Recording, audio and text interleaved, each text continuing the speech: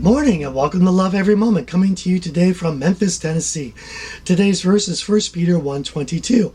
Since you have, in obedience to the truth, purified your souls for a sincere love of the brethren, fervently love one another from the heart.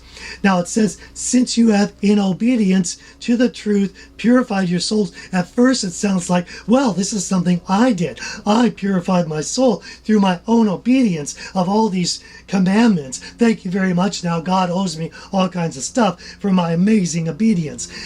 Wrong. That's, of course, Phariseeism. Now, I exaggerated that a lot, but we have to be very careful that we realize there's nothing that we do to earn anything from God. It's all His gift to us. In fact, what should be happening here is that we surrender everything in our lives to Him in love, have that love relationship. The Holy Spirit comes and takes up residence in our hearts.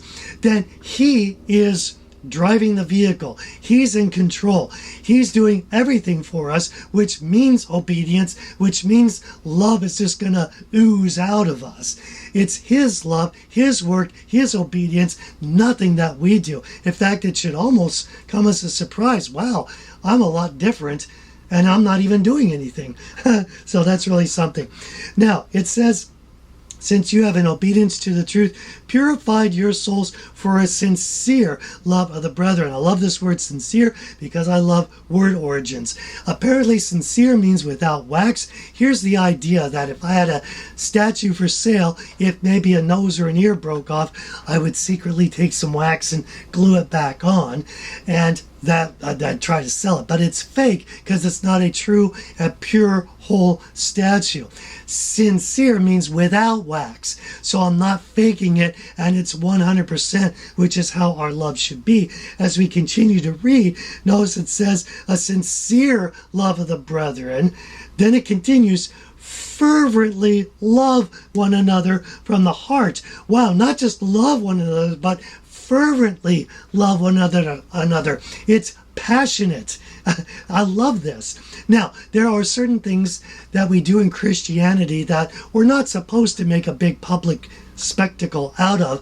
I think of Matthew 6, where it mentions giving or tithing, prayer, and fasting. We're not supposed to make a public show out of those things.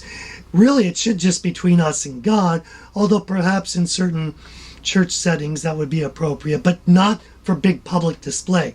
But love is different.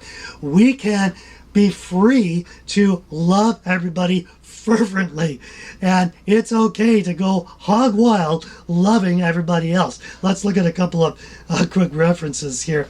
A very famous one is John 13:35. By this all men, everybody, Christians and non-Christians, will know that you are my disciples if you have love for one another. Let's look at another one that's less common. Romans 13:8. Owe nothing to anyone meaning Christians and non-Christians, except to love one another. For he who loves his neighbor has fulfilled the law.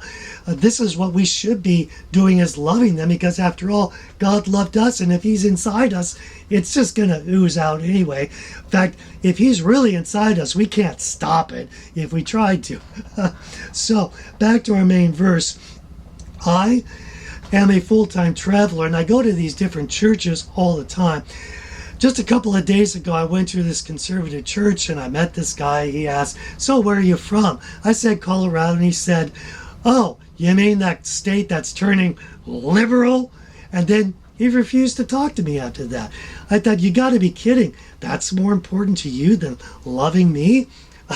Look, I didn't become a Christian because of conservative values or liberal values or somebody arguing with me or being scared into heaven. I became a Christian because someone loved me and loved me fervently. And I said, I want in. And that's why we've got to love everyone fervently. So let's choose to love every moment, because then we're going to love every moment. I'm your average Dretch, and I hope you have a great week.